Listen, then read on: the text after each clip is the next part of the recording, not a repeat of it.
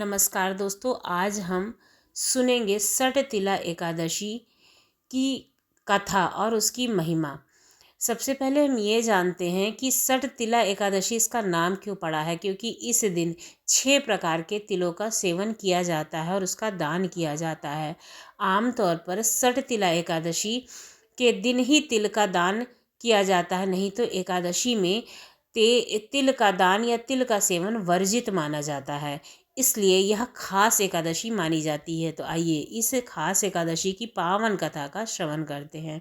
एक बार दालभ्य मुनि ने पुलस्त ऋषि से पूछा, हे ब्राह्मण देव, इस मृत्यु लोक में लोग अनेक प्रकार के पाप कर्मों से लिप्त रहते हैं। कृपया आप बताइए कि उनके पापों के फल स्वरूप उन्हें मिलने वाली इस नरकीय गति से उनका उद्धार कैसे हो सकता है। यह सुनकर पुलस्त मुनि ने उत्तर दिया, हे भाग्यवान, माघ मास के कृष्ण पक्ष में आने वाली एकादशी तिथि और उस दिन मनुष्य को परम भगवान श्री कृष्ण की उपासना विशुद्ध मन से करनी चाहिए। उपासना के समय मनुष्य को भगवान से इस प्रकार प्रार्थना करनी चाहिए कि हे भगवान जनार्दन, हे परम दयालु श्री कृष्ण, आप पतित पावन हैं, कृपया भव सागर में डूबे हुए जीवों पर दया करें। हे परम ब्रह्मा, हे परम जगन्नाथ, हे भगवान, कृपया हमारी अपनी प्रिय श्री लक्ष्मी देवी के साथ मेरी उपासना स्वीकार कीजिए। उसके बाद मनुष्य को छाता, वस्त्र, जूते अथवा जल से भरा हुआ पात्र दान देकर ब्राह्मणी को उपासना करनी चाहिए। अपनी क्षमता अनुसार व्यक्ति को काली गाय और तिल श्रेष्ठ ब्राह्मणों को दान देना चाहिए। विशेषकर इस सटतिला एकादशी पर तिल अर्पित करने से या दान देने से मनुष्य अनेक जन्मों तक स्वर्ग लोक में वास कर सकता है। इस दिन व्यक्ति को तिल में मिश्रित जल से स्नान करना चाहिए। तिल का लेप अपने शरीर पर करना चाहिए। तिल के बीज से मिश्रित जल से पितरों को आहुति देनी चाहिए। तिल से अग्निहोम करना चाहिए। तिल खाना चाहिए और उसका दान देना चाहिए। ऐसा करने से मनुष्य के समस्त पाप नष्ट हो जाते हैं और इसलिए इस एकादशी का नाम सटतिला एकादशी रखा गया है। जब नारद मुनि इस एकादशी का महात्म जानने के लिए भगवान श्री कृष्ण के पास गए तो उन्होंने उन्हें एक पावन सुंदर कथा सुनाई। भगवान श्री कृष्ण ने कहा, प्राचीन काल में एक ब्राह्मणी थी। वह दृढ़ता से ब्रह्मचर्य का पालन करते हुए भगवान की उपासना करती थी। उपासना के साथ अनेक प्रकार के व्रतों का पालन करने के कारण वह क्रमशः अत्यंत कमजोर और पतली हो गई थी। वह निर्धन ब्राह्मणों और अविवाहित कन्याओं को दान देती थी, लेकिन उसने ब्राह्मणों और देवताओं को अन्न दान करके कभी भी संतुष्टि नहीं ही मिली थी। हालांकि वह ब्राह्मणी एक पवित्र आत्मा थी, लेकिन फिर भी उसने कभी भूखे लोगों को भोजन अर्पित नहीं किया था। उसकी परीक्षा लेने के लिए मैंने अपने हाथ से एक भिक्षा का पात्र दिया और एक भिक्षुक का रूप धारण करके भिक्षा मांगने के लिए उसके घर के द्वार पर पहुंचा। मुझे देखकर ब्राह्मणी ने कहा, हे ब्राह्मण, कृपया मुझे बताइए कि आप कहाँ से आए हैं। मैंने ऐसा अभिनय किया कि मैंने सुना ही नहीं और भिक्षा मांगने लगा। इस प्रकार इस बात से क्रोधित होकर उसने एक मुट्ठी मिट्टी लेकर मेरे भिक्षा पात्र में डाल दी और यह देखकर मैं अपने धाम वापस लौट आया। शीघ्र ही कठोर व्रत के कारण वह ब्राह्मणी भी मेरे धाम लौट आई। क्योंकि उसने मुझे एक मुट्ठी मिट्टी अर्पित की थी, इसलिए उसे एक सुंदर घर मिला, लेकिन उसके घर में अनाज नहीं था। वह घर खाली था। क्रमशः संपत्ति के अभाव में वह अधीर हो गई। उसके बाद वह क्रोध में आवेश में मेरे पास आकर कहने लगी, हे जनार्दन, मैंने यथाइष्ट कठोर तपस्या, व्रत और भगवान विष्णु की उपासना की है, फिर मैं अन्न और संपत्ति से विहीन क्यों हूँ। तब मैंने उस ब्राह्मणी से कहा, हे ब्राह्मणी, तुम भौतिक सागर से अभी यहाँ आई हो। आप कृपया अपने घर लौट जाओ। कौतूहलवश देवताओं की पत्नियाँ तुम्हारे घर में दर्शन के लिए आएंगी। तुम उनसे सटतिला एकादशी के महात्म की जिज्ञासा करना। जब तक वे महात्म वर्णन समाप्त ना कर दें तब तक तुम द्वार मत खोलना। मेरे वचन सुनकर ब्राह्मणी अपने घर लौट गई। एक दिन ब्राह्मणी अंदर से द्वार बंद करके अपने घर में बैठी थी और उस समय कुछ देव पत्नियां वहाँ आकर बोलती हैं, हे सुंदरी, हम यहाँ दर्शन के लिए आए हैं, कृपया द्वार खोलो। तब ब्राह्मणी ने उत्तर दिया, यदि आप मुझे देखना चाहती हैं तो कृपया मुझे द्वार खोलने से पहले सठ तिला एकादशी का महात्म, पुण्य फल और महात्मा वर्णन कीजिए।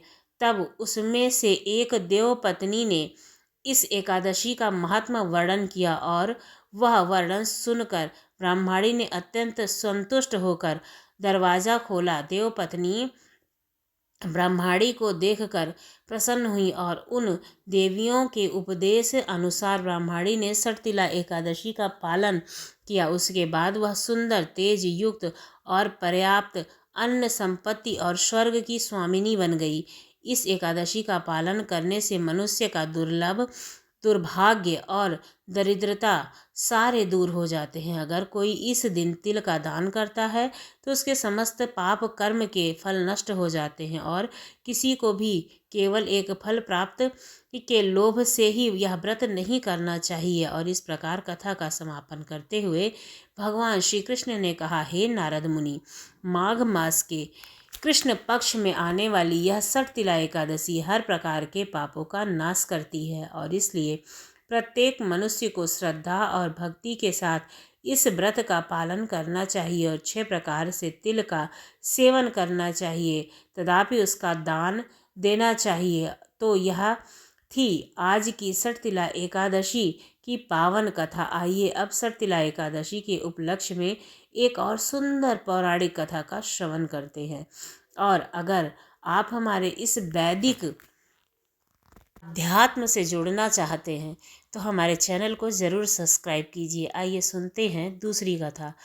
ऋषि वशिष्ठ ने कहा, हे राजन, माघ स्नान और उपवास आदि महान पुण्य करने वाले मनुष्य इस प्रकार दिव्य लोक में जाते और आते रहते हैं।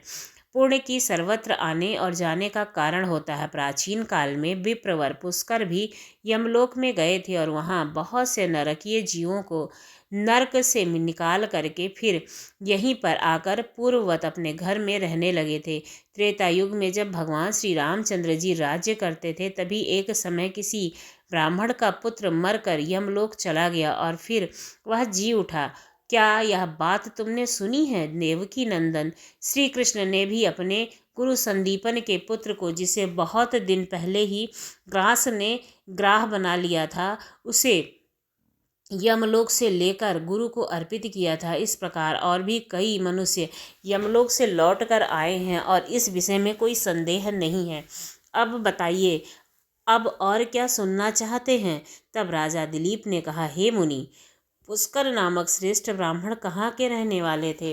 वे कैसे यमलोक में आए और किस प्रकार उन्होंने नरक से पापियों का उद्धार किया? यह सुनकर वशिष्ठ जी कहने लगे, राजन, मैं महात्मा पुष्कर के चरित्र का वर्णन सुनाता हूँ। यह सभी पापों का नाश करने वाला है। आप सावधान होकर उसे सुनिए।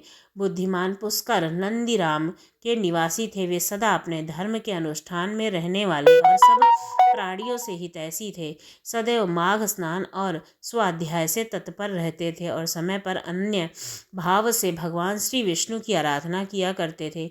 महायोगी पुष्कर अपने कुटुंब के साथ रहते और नित्य प्रतिदिन अग्निहोत्र करते रहते थे। हे राजन, वे अप्रिय हरे विष्णु, हरे दामोदर, अच्युत, गोविंद, अत्यंत देवेश्वर इत्यादि रूप से केवल भगवान के नामों का कीर्तन करते रहते थे। किसी काम में उन ब्राह्मण देवता का मन स्वप्न में भी नहीं लगता था।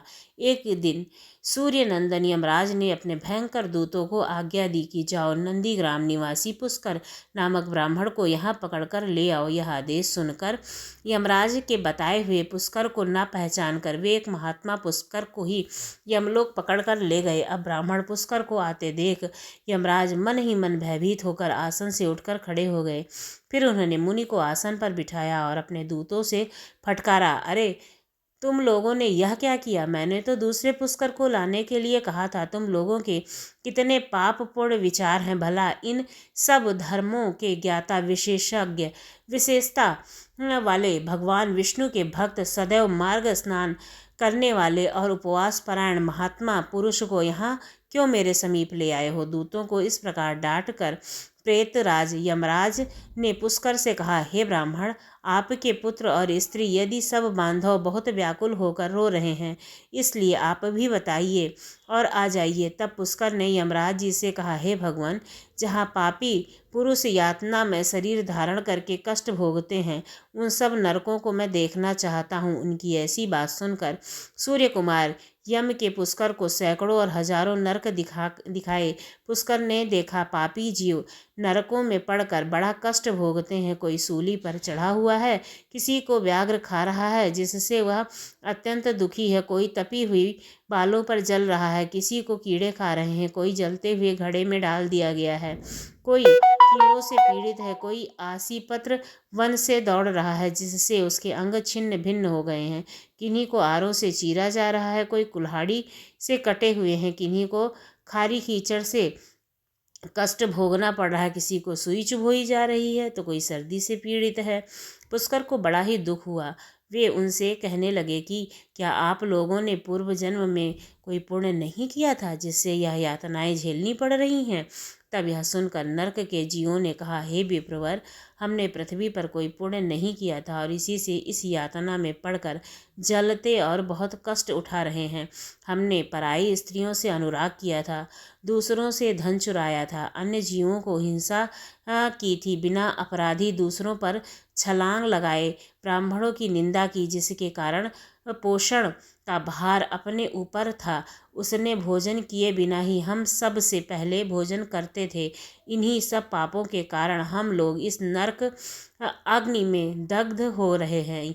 प्यासी गवें जब जल की ओर दौड़ती हुई जाती हैं, तब हम सदा उनके पानी पीने से विघ्न डालते हैं। गौं को खाली खिलाते पिलाते नहीं थे तो भी उसका दूध दोहकर पेट पालने लगे थे, याचकों को दान देने में लगे थे, धार्मिक पुरुषों के कार्य में रोड़े अटका रहे थे, अपनी स्त्रियों को त्याग दिया था, व्रत से भ्रष्ट हो गए थे, दूसरों के अन्न में सदा ही रुचि रखते थे, पर्वों पर भी स्त्रियों के साथ रमण करते थे, ब्राह्मणों को देने की प्रतिज्ञा करके भी लोभवश उन्हें दान दिया नहीं था। हम धरोहर हड़प लेते थे, मित्रों से द्रोह करते थे और झूठियाँ गवाहियाँ देते थे। इन्हीं सब पापों के कारण आज हम दग्ध को भोग रहे हैं। यह सुनकर पुष्कर ने कहा, क्या आप लोगों ने भगवान जनार्दन का एक बार भी पूजन नहीं किया?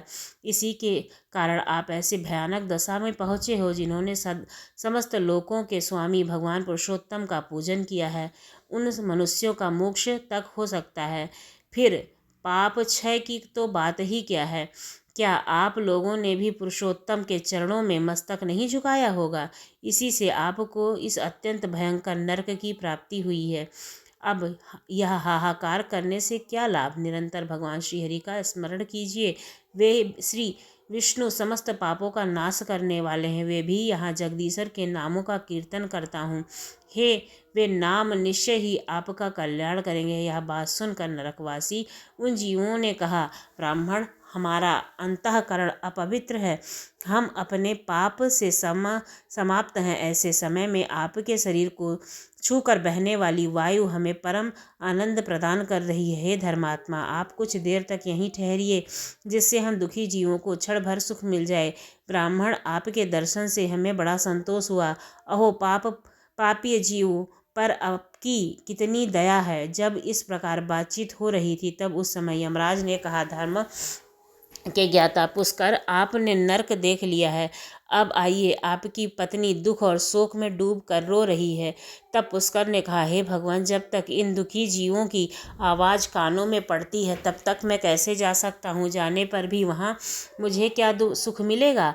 आपके किंकरों की मार खाकर जो आग में ढिके घिरे हैं, उन नरकीय जीवों की यह दिन रात की पुकार सुनिए। कितने ही जीवों के मुख से निकली हुई यह ध्वनि सुनाई देती है, मुझे बचाओ, मेरी रक्षा करो। समस्त भूतों के अत्यंत और अपने ईश्वरीय सर्वव्यापी श्री हरि की मैं नित्य आराधना करता हूँ। इस सत्य के प्रभाव से नारकीय जीव तत्कालीय मुक्त हो जाएंगे। भगवान विष्णु सब में स्थिर हैं और सब कुछ भगवान विष्णु में स्थिर है। इस सत्य से नारकीय जीवों का तुरंत कलेश समाप्त हो जाएगा। हे कृष्ण, हे अच्युत, हे जगन्नाथ, हे विष्णु, हे जनार्दन, नरक के भीतर यातना में पड़े हुए इन सभी जीवों की रक्षा कीजिए। पुष्कर के द्वारा उच्चारित भगवान के उन सुंदर पवित्र नामों को सुनकर वहां नरक में पड़े हुए सभी पापी तत्काल उससे छुटकारा पा गए। वे बड़ी प्रसन्नता के साथ पुष्कर से कहने लगे, ब्राह्मण, हम नरक से मुक्त हैं। इसी से संसार में आपकी अनुपम कीर्ति का विस्तार हो। यमराज जी को यह घटना देखकर बड़ा ही विस्मय हुआ। वे पुष्कर के पास जाकर प्रसन्नचित्त होकर वरदान के द्वारा उन्हें संतुष्ट करने लगे। उन्होंने कहा, धर्मात्मा, आप पृथ्वी पर जाकर सदैव वहीं रहो। आपको आपके शूद्रों को मुझसे भी भय नहीं होगा। जो मनुष्य अपने महात्मा का प्रतिदिन स्मरण करेगा उसे मेरी कृपा से अब मृत्यु का भय नहीं होगा। इस प्रकार यमराज के कहने पर पुष्कर पृथ्वी पर वापस लौट आए और यहाँ पूर्ववत स्वस्थ होकर भगवान मधुसूदन की पूजा करते हुए रहने लगे। कथा का समापन करते हुए ऋषि वशिष्ठ ने कहा, हे राजन, मेरे द्वारा कहे हुए इस महात्मा पुष्कर के इस महात्मा को जो कोई भी मनुष्य श्रवण करेगा उसके सभी पाप नष्ट हो जाएंगे। भगवान विष्णु का नाम कीर्तन करने से जिस प्रकार नरक से छुटकारा मिलता है वह प्रसंग मैंने आपको सुना दिया है। आदि पुरुष परमात्मा के नामों की थोड़ी सी भी स्मृति संचित पापों की राशि का तत्काल क्षय कर देती है और यह बात प्रत्यक्ष दिखाई देती है। फिर उन जनार्दन के नामों का भली भांति जानबूझकर नियम पूर्वक श्रद्धा पूर्वक कीर्तन करने पर उत्तम फल की प्राप्ति होगी ही। इसके लिए तो क्या ही क्या कहना। तो यह थी आज की माघ मास की कथा। आशा है आपको हमारे द्वारा यह कथा जो प्रस्तुत की गई है वो पसंद आई होगी। अगर कथा पसंद आती है तो हमारे चैनल को लाइक करें, शेयर करें और सब्सक्राइब करना ना भूलें। धन्यवाद।